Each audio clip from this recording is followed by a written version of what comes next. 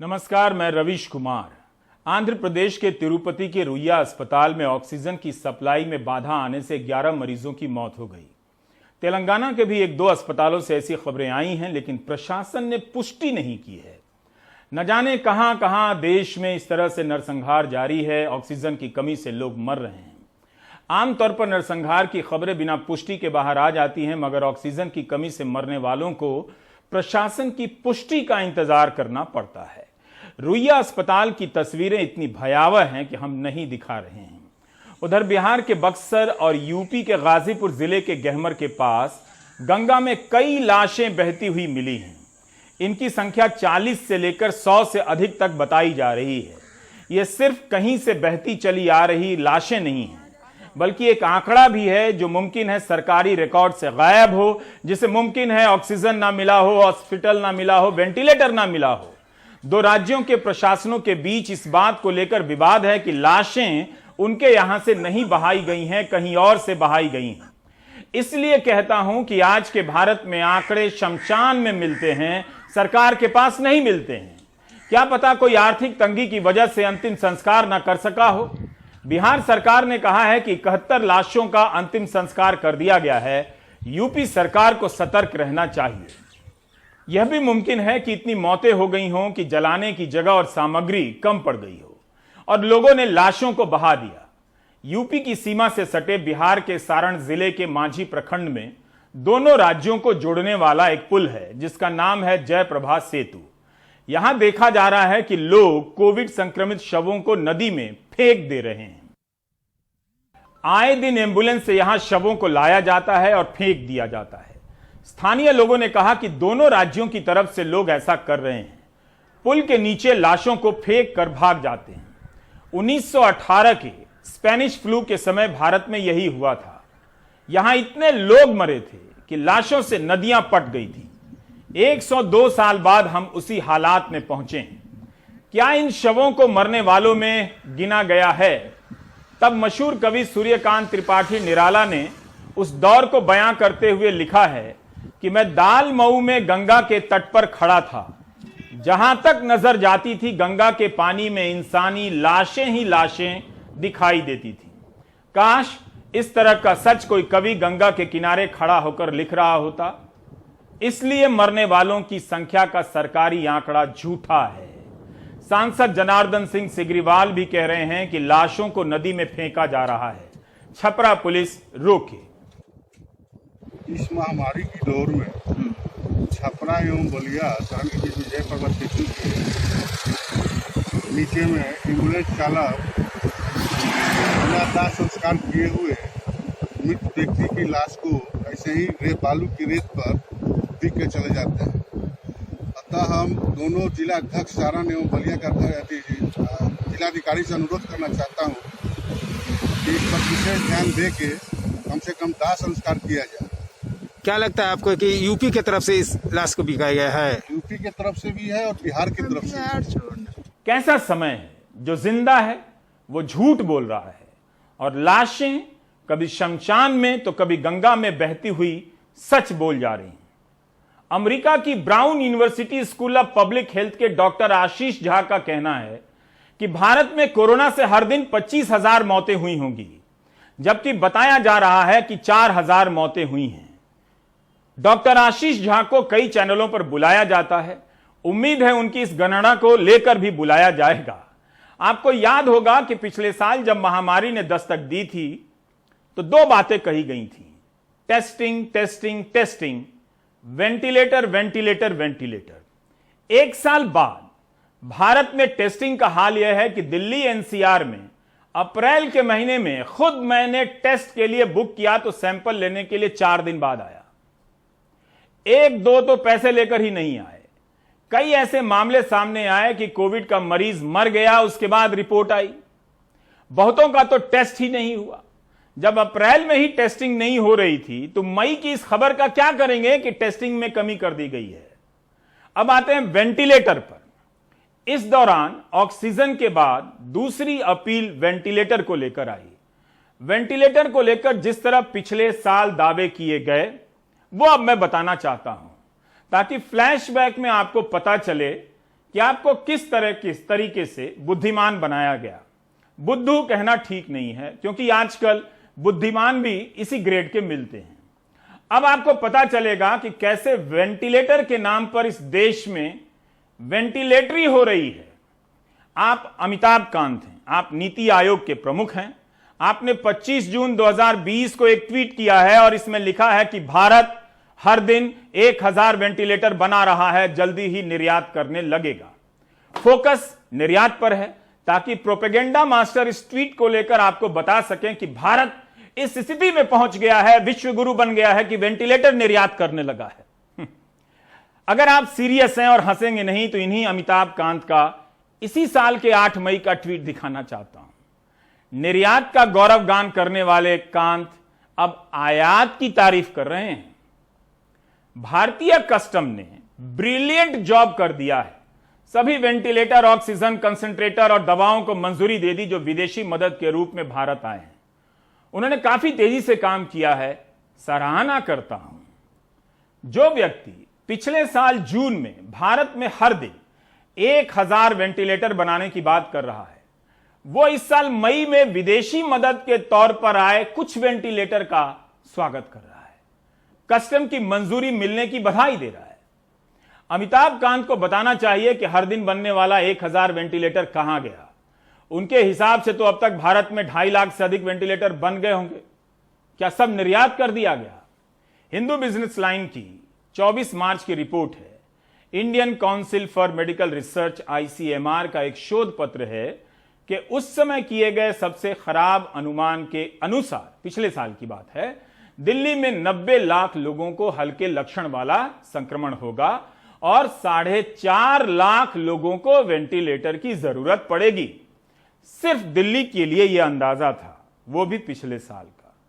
इस साल कितने लोगों को वेंटिलेटर की जरूरत पड़ी, कितनों को मिला और कितनों को नहीं मिला, जिसके कारण वे मर गए और राजनीति की भावना आहत भी नहीं हुई, इनकी कोई गिनती नहीं है। Do you get my point? हम फ्लैशबैक में आपको यही बताना चाहते हैं कि कैसे अलग अलग समय में पूरे साल आंकड़े जारी किए जाते रहे और बाद में पता चलता है कि जितना दावा किया गया था उतना वेंटिलेटर तो आया ही नहीं। 22 मार्च को स्वास्थ्य सचिव लव अग्रवाल का बयान है कि 1200 वेंटिलेटर के ऑर्डर कर दिए गए। 5 दिन बाद 27 मार्च को उनका बयान है कि 40,000 वेंटिलेटर चाहिए। हमारे एक PSU को हमने 10,000 वेंटिलेटर की आपूर्ति करने के लिए आदेश जारी किए हैं। इसके साथ ही भारत इलेक्ट्रॉनिक लिमिटेड से भी 1 से 2 महीने के अंतर्गत 30,000 एडिशनल वेंटिलेटर खरीदने का अनुरोध किया गया है। जैसे कि आपको मालूम होगा कि भारत इलेक्ट्रॉनिक्स लिमिटेड रक्षा मंत्रालय का एक सार्वजनिक क्षेत्र का उपक्रम है। सरकार देश में वेंटिलेटर्स की उपलब्धता बढ़ाने के लिए सभी रिक्वायर्ड कार्य कर रही है।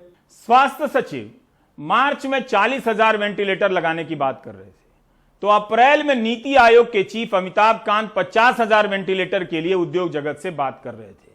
6 अप्रैल 2020 को इंडियन एक्सप्रेस में अमिताभ कांत वाली यह खबर छपी है। 1 मई 2020 को एम्पावर्ड ग्रुप की प्रेस कॉन्फ्रेंस होती है, जिसमें कहा जाता है कि 60,884 वेंटिलेटर के लिए ऑर्डर दे दिया गया है। संसद को इस देश में कानून बनाना चाहिए कि काम करना काम नहीं है, बल्कि बात करना ही काम है। इससे देश की जो तरक्की होगी किसी और चीज से नहीं होगी, क्योंकि बात में कोई 40,000 वेंटिलेटर का डेटा दे रहा है, कोई 50,000 का, कोई 60,000 का। 4 अगस्त 2020 को लाइव मिनट की एक खबर दिखाता हूं, जो दूसरी जगहों पर भी छपी है। एक प्रेस कॉन्फ्रेंस में स्वास्थ्य सचिव राजेश भूषण कहते हैं कि 60,000 वेंटिलेटर का ऑर्डर दिया गया है। 96% मेक इन इंडिया का है। इसमें से 50,000 वेंटिलेटर पीएम केयर फंड से खरीदने का ऑर्डर हुआ है, जिसके लिए 2,000 करोड़ दिए गए हैं। राज्यों को 18,000 वेंटिलेटर की सप्लाई हो गई है। 14 अगस्त को बिजनेस स्टैंडर्ड में खबर छपती है कि भारत इलेक्ट्रिकल लिमिटेड ने ऐलान किया है कि 30,000 वेंटिलेटर बनाकर दे दिया गया है। अब 29 अप्रैल 2021 इस साल की बिजनेस स्टैंडर्ड की रिपोर्ट देखिए। इसमें कहा जा रहा है कि 35,179 वेंटिलेटर ही खरीदा गया। लेकिन दिसंबर के अंत में पीटीआई के हवाले से खबर छपती है कि सरकारी अस्पतालों में 36,433 वेंटिलेटर लगाए गए। 50,000 वादे के हिसाब से तो 13,567 वेंटिलेटर कम हुए। 60,000 के हिसाब से तो जितना ऑर्डर दिया गया उससे भी काफी कम सप्लाई है। कब नंबर गोल हो जाता है, कब आधा, पता नहीं चलता। थोड़े आंकड़े ज्यादा हैं, लेकिन इसी से आपको समझना है और तभी आप जान पाएंगे कि आपके अपने वेंटिलेटर की कमी से मर गए या मार दिए गए, वो मौत थी या नरसंहार था। लेकिन 9 अगस्त 2020 को बीजेपी अध्यक्ष जेपी नड्डा कहते हैं 50,000 वेंटिलेटर तो उपलब्ध हैं और 20,000 वेंटिलेटर पीएम केयर के तहत पाइपलाइन में हैं। उस समय हमारे पास वेंटिलेटर्स की व्यवस्था नहीं थी। आज 50,000 से ज्यादा वेंटिलेटर्स हमारे पास उपलब्ध है और पीएम केयर फंड के माध्यम से लगभग 20,000 और वेंटिलेटर्स पाइपलाइन में है। कोई भी आईसीयू बेड की कमी नहीं है, कोई भी बेड की कमी नहीं है। यह व्यवस्था आपके नेतृत्व में हुआ है। फ्लैशबैक बेहद डरावना है। पिछले साल महामारी शुरू होते ही यह बात सामने आने लगी कि पहले से भारत में 40,000 वेंटिलेटर हैं। अब नड्डा जी के बयान की जांच का कोई तरीका हमारे पास नहीं कि उनके हिसाब से 50,000 नए वेंटिलेटर अगस्त तक लगाए गए या पहले से जो 40,000 थे उसमें 10,000 जोड़े गए। भारत में आंकड़े शमशान में मिलते हैं, सरकार के पास नहीं मिलते। फिर दिसंबर की खबर क्या झूठी थी कि सरकार ने 50,000 वेंटिलेटर के ऑर्डर दिए और मिला 36,433 वेंटिलेटर। 24 सितंबर 2020 के इंडिया टुडे की रिपोर्ट कहती है कि सरकार ने जो डेटा जारी किया है उससे पता चलता है कि 60,948 वेंटिलेटर के ऑर्डर दिए गए। इसमें से अभी तक अलग अलग राज्यों के सरकारी अस्पतालों में 23,699 वेंटिलेटर लगा दिए गए हैं। इस रिपोर्ट में गवर्नमेंट डेटा लिखा है, गवर्नमेंट के किस डिपार्टमेंट का डेटा है यह नहीं लिखा है। जबकि 31 अक्टूबर को उसी साल 2020 प्रधानमंत्री इकोनॉमिक टाइम्स को इंटरव्यू देते हैं और कहते हैं कि पहले की सरकारों में 15-16 हजार वेंटिलेटर काम करने की हालत में थे। अपने राज्य गुजरात का भी बता देते। हम तेजी से, प्रधानमंत्री कहते हैं कि इसमें 50,000 वेंटिलेटर और जोड़ने जा रहे हैं। क्या प्रधानमंत्री सिर्फ पीएम केयर फंड के प्रधानमंत्री हैं? ऐसा तो हो नहीं सकता। लिहाजा मानकर चलना चाहिए कि वे भारत सरकार के संपूर्ण ऑर्डर की बात कर रहे होंगे। पीएम केयर्स की वेबसाइट पर लिखा है कि 2,000 करोड़ रुपए 50,000 मेड इन इंडिया वेंटिलेटर की सप्लाई के लिए दिए गए हैं, जिन्हें केंद्र, राज्य और केंद्र शासित प्रदेशों के सरकारी अस्पतालों को दिया जाएगा। 50,000। पीएम केयर फंड इतना पारदर्शी फंड है कि आप सूचना के अधिकार से भी कोई सवाल नहीं कर सकते और प्रधानमंत्री प्रेस कॉन्फ्रेंस तो करते नहीं तो सवाल नहीं कर सकते। 7 साल में एक भी प्रेस कॉन्फ्रेंस प्रधानमंत्री ने नहीं की है। लेकिन ये 50,000 आज किस हालत में है इसकी कोई अधिकृत जानकारी नहीं है। अब यहां पर रुकते हैं और देखते हैं कि पिछले साल स्वास्थ्य मंत्री डॉक्टर हर्षवर्धन वेंटिलेटर को लेकर क्या क्या बयान दे रहे हैं। 29 अप्रैल 2020 का बयान है कि कोविड के मरीजों का मात्र 0.33% ही वेंटिलेटर पर है, जो बताता है कि कोविड के रोकथाम और देखभाल की क्वालिटी कितनी अच्छी है, इसकी वजह से कम है। तो क्या इस साल कोविड केयर की क्वालिटी अच्छी नहीं थी, जिसके कारण लोगों को वेंटिलेटर की जरूरत पड़ गई और उसकी तलाश में उनके अपने मर गए या मार दिए गए? डॉक्टर हर्षवर्धन से पूछिए। But guys please have some dark chocolate first. Yes, in English.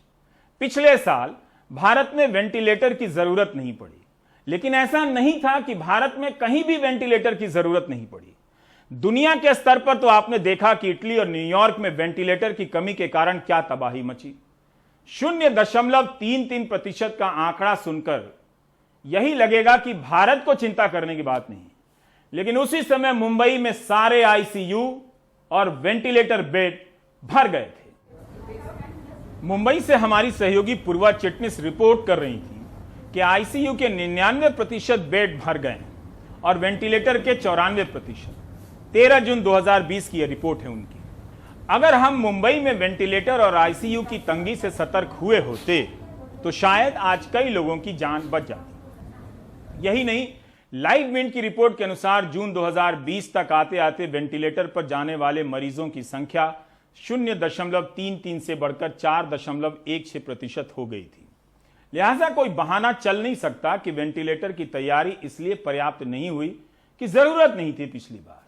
अगर भारत सरकार वेंटिलेटर की तैयारी ठीक से की होती तो 29 अप्रैल को केंद्र सरकार के तहत आने वाले दिल्ली के लेडी हार्डिंग अस्पताल का दौरा करने के बाद स्वास्थ्य मंत्री डॉक्टर हर्षवर्धन को यह नहीं कहना पड़ता कि कुछ ही दिनों में 400 से अधिक ऑक्सीजन बेड की सुविधा होगी और अधिकांश पर वेंटिलेटर की सुविधा होगी। वेंटिलेटर की सही संख्या उन्होंने नहीं बताई, अधिकांश कहा। यह भी नहीं कहा कि पिछले 1 साल में कितने वेंटिलेटर लगे। लेडी हार्डिंग मेडिकल कॉलेज में हमने अगले कुछ ही दिनों में लगभग 400 से ज़्यादा नए बेड्स जो कि ऑक्सीजन सपोर्टेड भी होंगे, उनमें से अधिकांश पर वेंटिलेटर की सुविधाएं भी होंगी और साथ में सारे मॉनिटर्स से भी पूरी तरह से इक्विप्ड होंगे। हम जानते हैं और समझते हैं कि आप बहुत ज़्यादा वेंटिलेटर नहीं लगा सकते, लेकिन दक्षिण कोरिया जिसकी आबादी भारत से कई गुना कम है, उसके पास भारत से ज़्यादा वेंटिलेटर है। सोचिए हमारे यहाँ वेंटिलेटर की कितनी कमी है। पूर्व स्वास्थ्य सचिव सुजाता राव ने यही बात अपने लेख में लिखी थी पिछले साल। वेंटिलेटर कितना हो इस पर आप बहस कर सकते हैं, लेकिन एकदम से ना हो और इतना कम हो कि लोग दम तोड़ दें, क्या इस पर भी बहस करेंगे? एक वेंटिलेटर कई स्टाफ की जरूरत मांगता है। इसकी जानकारी कोई नहीं देगा कि 36,000 वेंटिलेटर सरकारी अस्पतालों में लगाए गए तो उसे चलाने के लिए कितने स्टाफ और डॉक्टरों की नियुक्ति की गई। स्क्रोल ने इसी 1 मई को बिहार के अररिया जिले से एक रिपोर्ट फाइल की है। इस जिले में केवल 6 वेंटिलेटर हैं, लेकिन उन्हें चलाने वाला कोई स्टाफ नहीं है। अब तो आपके अपने मर गए, क्या अब भी आप मेरी बात हिंदी में नहीं समझेंगे? आपके अपनों को मारा गया है, नरसंहार हुआ है। कई जिलों में वेंटिलेटर नहीं है तो चलाने वाला नहीं है, चलता है तो 1-2 चलता है। फ्लैशबैक में देखने से यही पता चलता है कि काम के नाम पर काम कम, बातें ज्यादा हुई हैं। झूठ का कोर्स रिवाइज करा रहा हूं, आंकड़े शमशान में मिलते हैं, सरकार नहीं देती है। अब आपको ले चलते हैं निर्यात के गेम की तरफ। शुरुआत में हमने बताया कि 25 जून 2020 को नीति आयोग के प्रमुख अमिताभ कांत ट्वीट करते हैं कि भारत हर दिन 1000 वेंटिलेटर बनाता है और जल्दी ही निर्यात करने वाला है। जुलाई 2020 के अंत में उनकी यह इच्छा वाणिज्य मंत्री पीयूष गोयल पूरी कर देते हैं। 30 जुलाई 2020 की खबर है कि हिंदू बिजनेस लाइन की है। पीयूष गोयल कहते हैं कि वेंटिलेटर के निर्यात से रोक हटाई जाने वाली है। मार्च 2020 में वेंटिलेटर के निर्यात पर रोक लगा दी गई थी। अगस्त 2020 के पहले हफ्ते में वेंटिलेटर के निर्यात से रोक हटाने की घोषणा हो जाती है। निर्यात वाली खबर से गोदी मीडिया आप में जोश भरता है, आपको बताने लगता है कि भारत अब निर्यात करने लगा है। गोदी मीडिया आपको बताना भूल जाता है कि भारत अपनी जरूरत के मुताबिक वेंटिलेटर लगा लिया है या नहीं। जाहिर है पिछले साल मार्च से जुलाई के बीच हमारी हालत अच्छी नहीं थी, फिर भी निर्यात पर लगी रोक को हटा दिया गया। अब यह कौन बताए और कैसे माने कि सही है यह आंकड़ा कि 1 साल में कितना वेंटिलेटर बना, भारत ने उसमें से कितना खरीदा और कितना निर्यात हुआ। 26 अक्टूबर 2020 को फाइनेंशियल एक्सप्रेस में खबर छपती है कि कोई नेशनल सुपर मॉडल ऑफ कोविड-19 हुआ है। यह सर्वे है डेटा का, जिसके मुताबिक 26 लाख एक्टिव केस होंगे अगर भारत में, तो 78,000 वेंटिलेटर की जरूरत होगी। इस साल 30 अप्रैल को 31 लाख एक्टिव केस थे। आपके पास जानने का कोई जरिया ही नहीं है कि 30 अप्रैल को कितने वेंटिलेटर देश भर के अस्पतालों में चल रहे थे और कितने काम कर रहे थे। मेरी वालिदा को मैंने कैसे कैसे हैंडल करा, कितनी महंगी दवाइयाँ, कैसे मैंने डॉक्टर्स, कैसे नर्सिंग स्टाफ घर पे अरेंज करें, ये मैं जानता हूँ। उसके बाद भी जो है वेंटिलेटर की ज़रूरत थी, हॉस्पिटल की ज़रूरत थी। उन्हें लास्ट में ऑक्सीजन ही अवेलेबल नहीं था हॉस्पिटल्स में, वेंटिलेटर का तो सवाल ही नहीं है। आप वेंटिलेटर को कोई अगर कह रहा है, कोई पेशेंट को किसी को उस टाइम रिक्वायरमेंट थी अगर वेंटिलेटर की है, वेंटिलेटर मांग रहे थे।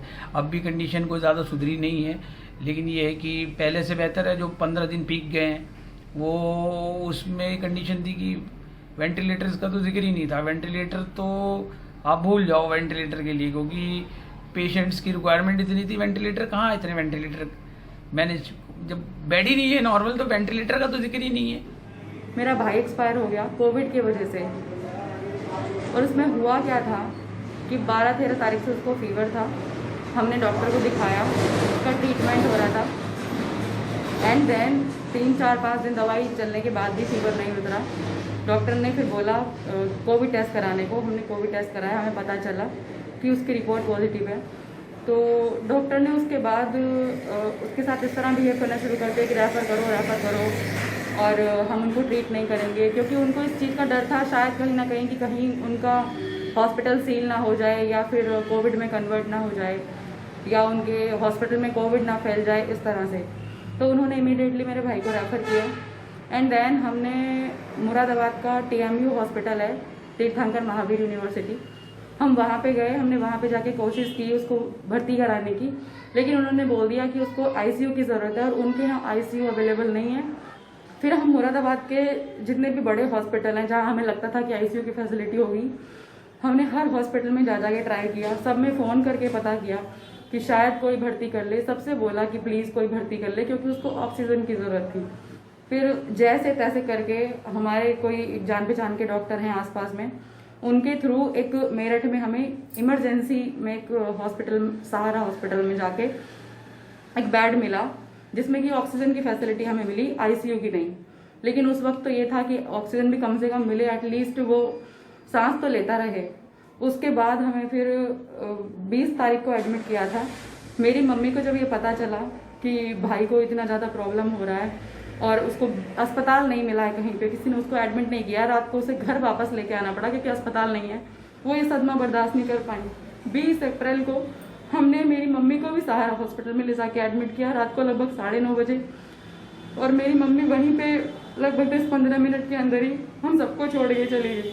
इस बीच इस साल फरवरी और मार्च में खबर छपने लगती है कि वेंटिलेटर बनाने वाली कंपनियों का माल बिक नहीं रहा है, कोई खरीदार नहीं है। इस उद्योग से जुड़ी कंपनियां घाटे में जा रही हैं। इस तरह का रोना इस कंपनियों के प्रमुख और ऐसे उद्योग का संगठन रोना शुरू कर देता है। अब हम अनुराग द्वारी की एक रिपोर्ट आपको दिखाना चाहते हैं।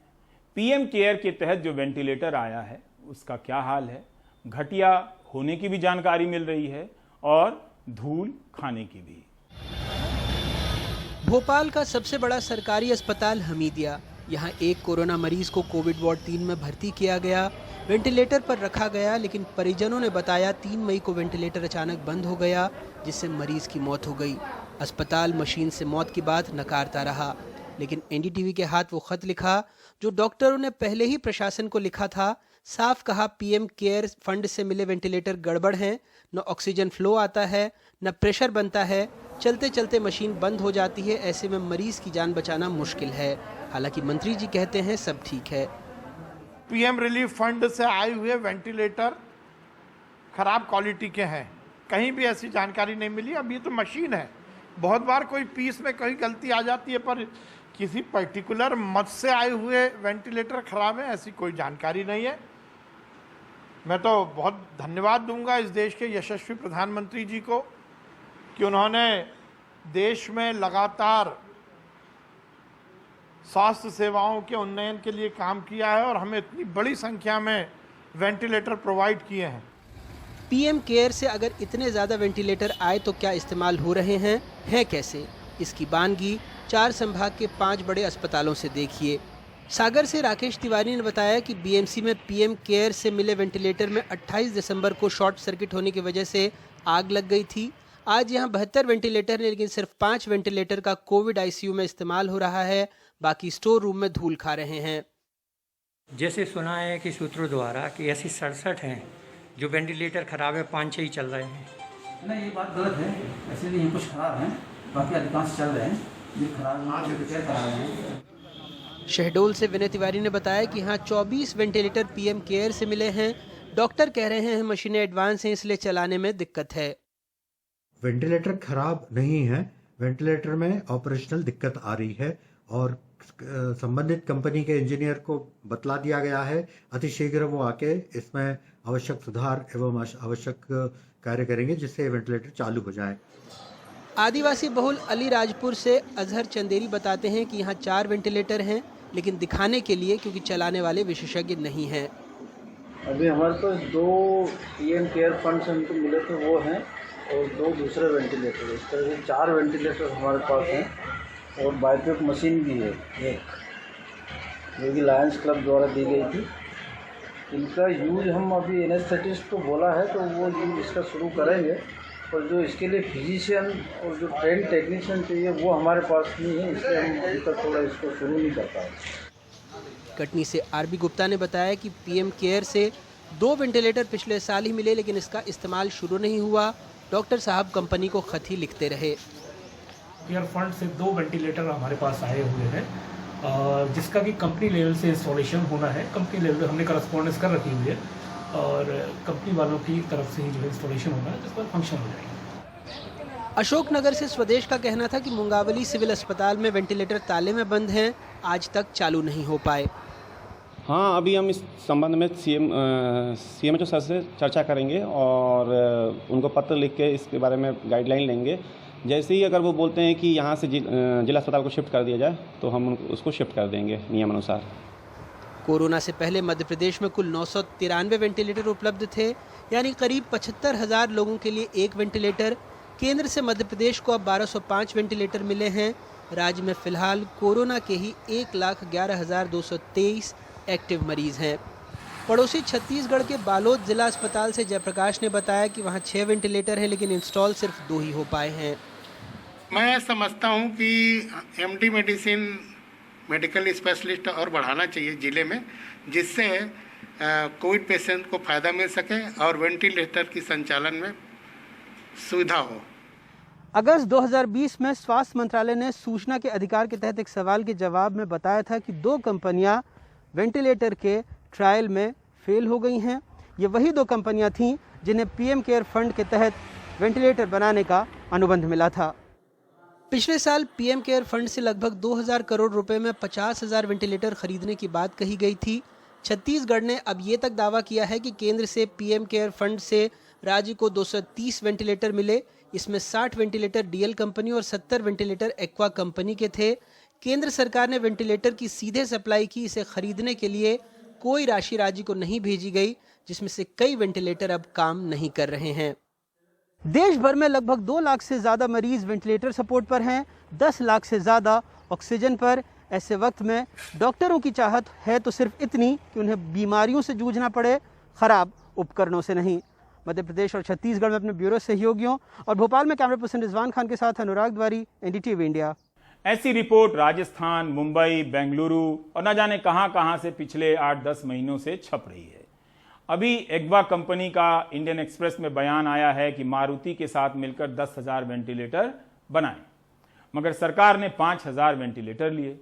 इस वेंटिलेटर को लेकर मुंबई और एलएनजेपी ने शिकायत की थी। ये खबर छपी हुई है। भारत की 3 कंपनियों के वेंटिलेटर को लेकर शिकायतें आई हैं, जिन्हें पीएम केयर से फंड मिला है। जून 2020 की मुंबई मिरर की खबर है। मुंबई के 2 बड़े अस्पताल जेजे अस्पताल और सेंट जॉर्ज अस्पताल ने पीएम केयर्स के तहत डोनेट किए गए 81 वेंटिलेटर वापस कर दिए थे। सेंट जॉर्ज को 39 और जेजे को 42 वेंटिलेटर मिले थे। अस्पतालों का आरोप था कि पीएम केयर के एग्वा वेंटिलेटर कोविड के मरीजों को दिए जाने वाले इलाज में कारगर नहीं हैं। ये मरीज को 100% ऑक्सीजन नहीं दे रहे थे और वेंटिलेटर के बाद भी मरीज का ऑक्सीजन सैचुरेशन नहीं बढ़ रहा था। जून 2020 में ही समर्थ बंसल और अमन सेठी ने हफ पोस्ट के लिए एक रिपोर्ट किया कि 2 सरकारी कमेटियों ने एग्वा हेल्थ केयर के वेंटिलेटर की विश्वसनीयता और क्षमता पर सवाल उठाते हुए लिखा था कि एग्वा के वेंटिलेटर को टर्शियरी केयर आईसीयू के हाई एंड वेंटिलेटर का विकल्प न समझा जाए। जुलाई 2020 के एक्सप्रेस की खबर है, 175 वेंटिलेटर मिले पीएम केयर्स के तहत। 155 वेंटिलेटर मैसूर की स्कैनरे टेक्नोलॉजीज के और 20 एग्वा हेल्थ केयर के थे। अस्पताल ने कहा कि इनमें बाईपैप मोड नहीं है, 250 और वेंटिलेटर दिए जाएं। दिवाकर वेश ने यही कहा कि हमारे वेंटिलेटर सरकार के नियमानुसार हैं, बाईपैप भी है। कहा था कि अस्पताल ने ठीक से इंस्टॉल नहीं किया होगा। सरकार को एक मुकम्मल सूची देनी चाहिए। कितने वेंटिलेटर पिछले 1 साल में खरीदे गए, किस किस जिले के किस किस सरकारी अस्पताल को कितने वेंटिलेटर दिए गए और इन वेंटिलेटर को चलाने के लिए कितने लोगों की नियुक्तियां हुई। यह सवाल आप सरकार से भी पूछिए और व्हाट्सएप ग्रुप के रिश्तेदारों से भी पूछिए, वो आपको ब्लॉक कर देंगे कि मोदी जी से आप सवाल कैसे कर सकते हैं।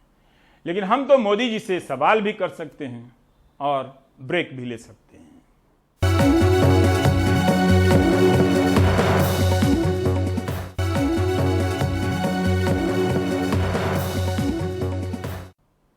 गांव की हालत भयावह है। जब शहर में ही इलाज नहीं तो गांव में क्या हाल होगा बताने की जरूरत नहीं है। लोगों के पास थर्मामीटर तक नहीं है बुखार नापने के लिए। दवा तो छोड़ दीजिए, दवा ब्लैक में मिल रही है, साधारण दवाएं हैं। लिहाजा मरने वालों की तादाद अधिक है, लेकिन सरकारी आंकड़ों में कुछ भी नहीं है। हमारे सहयोगी सौरभ रोहतक के गांव में गए, जहां सरकारी आंकड़ों के अनुसार कुछ दिनों के भीतर 18 लोग मर गए, लेकिन सरपंच के अनुसार उसी दौरान 40 लोग मर गए। रोहतक के टिटौली गांव में रहने वाले 42 साल के किसान धर्मेंद्र सिंह हमें अपनी आप बीती बताते हुए फूट फूट कर रोने लगते हैं। उनके 2 जवान भाइयों की पिछले 1 हफ्ते में कोरोना से मौत हो चुकी है। एक की उम्र 32 साल थी और एक की 36 साल। शुरू में दोनों को कई दिन तक बुखार रहा। जब सांस लेने में तकलीफ हुई तो कई दिनों तक अस्पतालों में बेड नहीं मिला और जब बेड मिला तब बहुत देर हो चुकी थी। सरकार कह रही है कि इनको प्राइवेट को मत दो, हॉस्पिटल वालों को दो, और हमारे पाबंदी लगा दी। फिर लास्ट में बहुत दिक्कत होगी और एडमिट करवाए तो इतने में चेस्ट चारों तरफ से घेर लिया था बीमारी ने और 4-5 दिन के बाद हमारे दोनों भाइयों की डेथ हो गई थी। टाइम पे एडमिट होते तो बच जाते थे। पूरे टिटौली गांव में मातम पसरा है। सरकारी आंकड़ों की माने तो पिछले 10 दिनों में 18 ग्रामीणों की कोविड से मौत हो चुकी है। लेकिन गांव के सरपंच का कहना है कि पिछले 2 हफ्तों में 40 लोगों की जान जा चुकी है, लेकिन टेस्टिंग ना होने के कारण इन मौतों में कोरोना की पुष्टि नहीं हो पाई। हम ये मान रहे 90% कोरोना से मर रहे हैं। अच्छा, हाँ, यही लक्षण है। और जो गांव में थे जो टेस्ट नहीं करा पाए, जो गरीब आदमी है दाखिल भी नहीं हो पाए कहीं, वो कोरोना के पेशेंट थे। हरियाणा सरकार ने भी स्वीकार कर लिया है कि कोरोना गांव में पैर पसार चुका है। हरियाणा सरकार ने गांव में कोरोना को रोकने के लिए 8000 टीमें बनाई हैं। अभी तक शहरों में ही ये ज्यादा फैला हुआ था कोरोना के फैलाव का अब पिछले 3 दिन से इंडिकेशन आ रहे हैं कि गांव में भी तेज गति से बढ़ने लगा है। उसमें जो कोविड के पेशेंट संभावित होंगे, चाहे वो मॉडरेट हैं और चाहे वो सीवियर हैं, ऐसे जो पेशेंट्स को वहां से ला करके हम अस्पतालों में दाखिल कराएंगे। भले ही हरियाणा के मुख्यमंत्री कह रहे हैं कि तैयारी पूरी है, लेकिन टिटौली गांव के सरकारी स्कूल में बनाए जा रहे अस्थायी कोविड अस्पताल का हाल देखिए। सिर्फ पलंग पर गद्दे डाल दिए गए हैं, ना ऑक्सीजन है और ना डॉक्टर। हर रोज ग्रामीणों को आश्वासन दिया जाता है कि इसे जल्द शुरू किया जाएगा। हरियाणा के गांव की जिन गलियों में रौनक रहती थी, वहां पर देखेंगे कि सन्नाटा पसरा हुआ है। घरों में मातम है। हर घर में किसी न किसी को बुखार आ रहा है। हर रोज लोगों की मौतें हो रही हैं। कुछ की पुष्टि हो गई कोरोना की, कुछ कह रहे हैं कि रहस्यमयी बुखार आया और फिर जान निकल गई। फिलहाल टेस्टिंग ना के बराबर है, वैक्सीनेशन हो नहीं रहा। देश के गांव को प्रशासन ने राम भरोसे छोड़ रखा है। रोहतक के टिटौली गांव से सहयोगी शशिकांत झा और राहुल के साथ सौरभ शुक्ला, NDTV इंडिया।